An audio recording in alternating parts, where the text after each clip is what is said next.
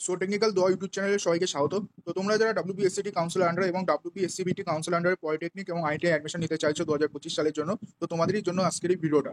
তো তোমরা যারা অলরেডি অ্যাপ্লিকেশন করে ফেলেছো পলিটেকনিক অ্যাডমিশনের অথবা আইটিআই অ্যাডমিশনের, বা যারা করবে ভাবছো, তো তোমাদের সবার জন্য একটা কাউন্সিলের তরফ থেকে নোটিফিকেশন দেওয়া হয়েছে। তো আজকের এই ভিডিওতে এই নোটিফিকেশন সম্পর্কে তোমাদের সম্পূর্ণ ইনফরমেশন দেবো, এখানে কাদের কি বলা হচ্ছে সমস্ত কিছু বলবো।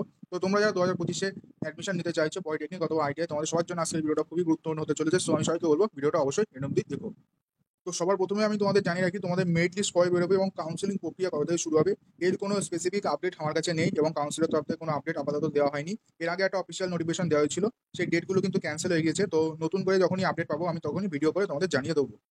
তো তোমরা যখনই পলিটেকনিক এবং আইটিআই অ্যাডমিশনের যে কমন অ্যাডমিশন পোর্টাল মানে HCBT.wb.in ওয়েবসাইট ওপেন করবে, তখনই তোমাদের সামনে একটা পপ আপ নোটিফিকেশন আসবে। তো এই নোটিফিকেশনে কি বলা হচ্ছে দেখে নাও। তো এখানে বলা হচ্ছে candidates who have applied under any of the caste category such that SC, ST, OBCA অথবা OBCB are requested to log into their profile in their common admission portal and fill up the following details related to their caste category। তো এটা শুধুমাত্র যারা ITI অথবা polytechnic অ্যাডমিশনের জন্য তোমরা community certificate দিয়েছিলে বা তোমাদের কাস্ট সার্টিফিকেট দিয়েছো, অথবা যারা কাস্টের ভিত্তিতে অ্যাপ্লিকেশন করেছো SC, ST, OBCA অথবা OBCB সার্টিফিকেট দিয়ে তোমরা অ্যাপ্লিকেশন করেছো, তো তোমাদেরই জন্য এই নোটিফিকেশনটা দেওয়া হচ্ছে। তো যারা জেনারেল ক্যাটাগরি বা EWS ক্যাটাগরি দিয়ে অ্যাপ্লিকেশন করেছো তাদের জন্য কিন্তু এই নোটিফিকেশনটা না। তো এখানে তোমাদের বলা হচ্ছে তোমাদের যেটা প্রোফাইল আছে সেটা লগ ইন করতে বলা হচ্ছে। ওখানে তোমাদের তিনটে জিনিস তোমাদের আপডেট করতে বলা হচ্ছে। প্রথম যেটা হলো কাস্ট সার্টিফিকেটের যে নাম্বারটা আছে সেটা আপডেট করতে হবে ওখানে, মানে ওখানে পূরণ করতে হবে। দেন আছে কাস্ট সার্টিফিকেটের ইস্যু ডেট যেটা দেওয়া আছে সেটা তোমাদের পূরণ করতে হবে।